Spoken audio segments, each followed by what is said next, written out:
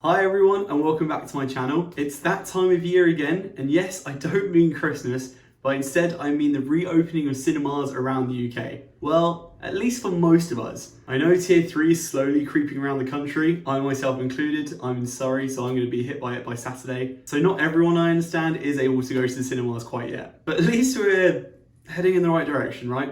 And Warner Brothers was kind enough to kick things off with Wonder Woman 84 coming out in cinemas this week. So Warner Brothers is doing this interesting technique, which I mentioned earlier on my Instagram, where throughout 2021, they're going to be releasing all their movies in the theatres and on streaming services simultaneously. It's an interesting move, but one I get, as not everyone's going to be comfortable going to the cinemas yet. So is Wonder Woman 84 worth going to cinemas to see, or should you just wait for it to come out on the streaming services?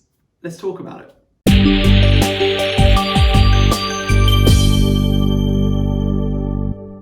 So Wonder Woman 84 is the sequel to the 2017 Wonder Woman, directed again by Patty Jenkins, who we now know is also doing a Star Wars project released for 2023. You know, thanks to my nifty little Disney Investors Day video summary. You should probably check that out, by the way. And just to be clear, this will be a spoiler-free review.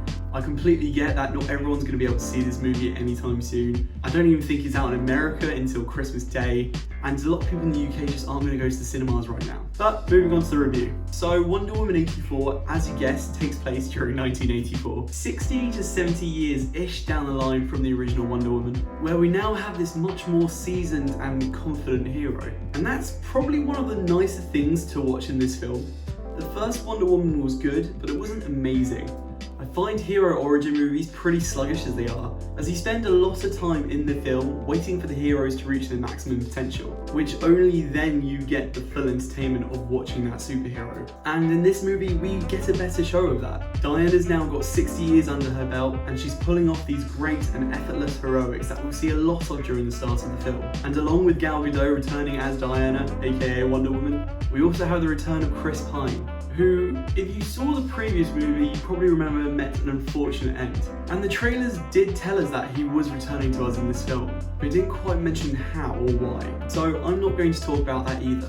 But we get this really nice contrast between Diana and Steve, where in the first movie, Steve was teaching Diana the ropes of the world, not experiencing it before, and now we get Diana showing Steve the ropes, now that he's 60 years into the future, never experiencing things like escalators or seeing a rocket go into space, and just a general change in fashion around the world. It makes for a really nice watch to see that difference in character. We also have that introduction to Pedro Pascal's character, Maxwell Lord, as well as Kristen Wiig playing Barbara, also known as the villain Cheetah. And both of them make fine additions for the franchise, being somewhat entertaining to watch, but more so from Kristen Wiig's character, if I'm honest. I really dug her in this movie. I really love seeing comedians go out of their comfort zone and playing these more serious roles. And in Wonder Woman 84, Kristen Wiig brings this healthy mix of being funny and entertaining at the start of the movie to being quite serious and menacing as a villain towards the end. I kind of wish that this movie spent more time focusing on her instead, because as for Pedro Pascal's character,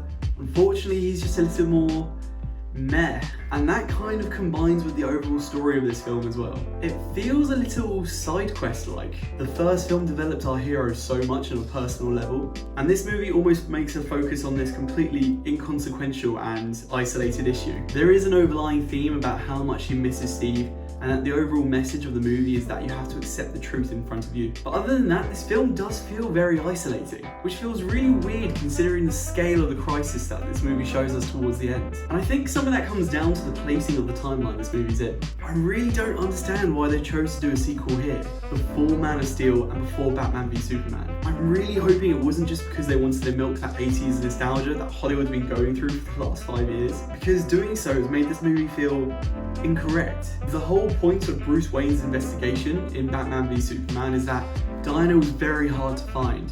She's only mentioned a couple of times across history books, and she's stayed in the shadows most of her life when it comes to helping mankind.